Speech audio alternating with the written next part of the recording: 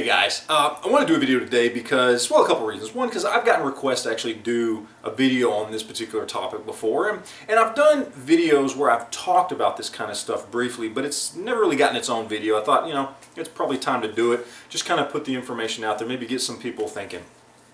And of course, as you can tell by the title, this has to do with a personal SHTF situation. Now, what I mean by personal SHTF is basically, let's say, somebody in your family or somebody in your home loses their job, or maybe the only person who is the breadwinner in the family loses their job, or maybe you have somebody in the family die.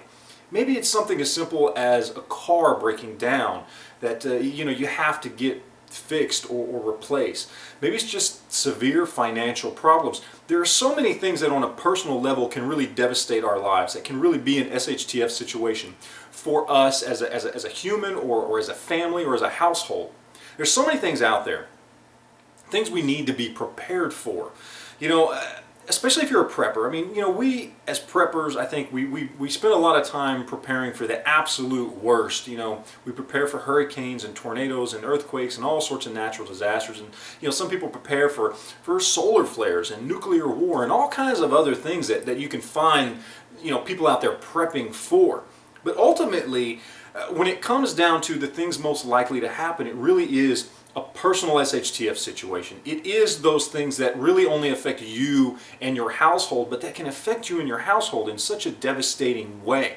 And a lot of times, a lot of these things that are more common, that are more likely to happen, these personal SHTF situations, you can prepare for them in many of the same ways that you prepare for everything else. And a lot of times, especially if you're somebody, like let's say that you don't really buy into the prepping thing. And I have a lot of friends who don't. I know a lot of people who just think it's crazy, that it's just paranoia, that, a lot of these big, horrible, bad things are never going to happen, even when it comes to natural disasters. And so it just doesn't make sense for them to prep. But this is something, even if you fall into that category, you should really think about. Because what would you do if you lost your job and all of a sudden you couldn't pay your bills and you couldn't feed your family?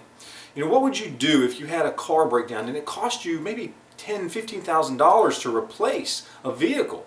Maybe you just had to put a down payment on it.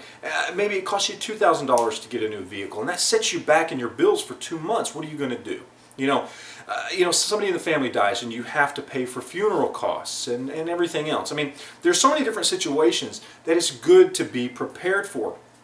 Now, ways you can prepare for this stuff, again, is just the same way you would prepare for all these other natural disasters. Having food, having water, maybe having backup money, whether it's gold and silver and other things. I mean, having those things as backup, which again are a lot of the same things that people who prep for other things are going to have, are going to help you in this situation. I mean, imagine yourself if you lose your job and you have food and water in the house. You have something to give to your children, to your spouse, for yourself. It takes so much pressure off of you when trying to get yourself back on track, because it's one less thing you have to worry about. Even something as simple as spending a couple $1,000s to replace a vehicle, to put a down payment down to replace another vehicle, well, that couple $1,000s can put you back a couple of months when it comes to paying bills. Well, imagine if you had food and water and other things in the home and you didn't have to worry about groceries for those couple of months. So you were able to get yourself back on track much quicker.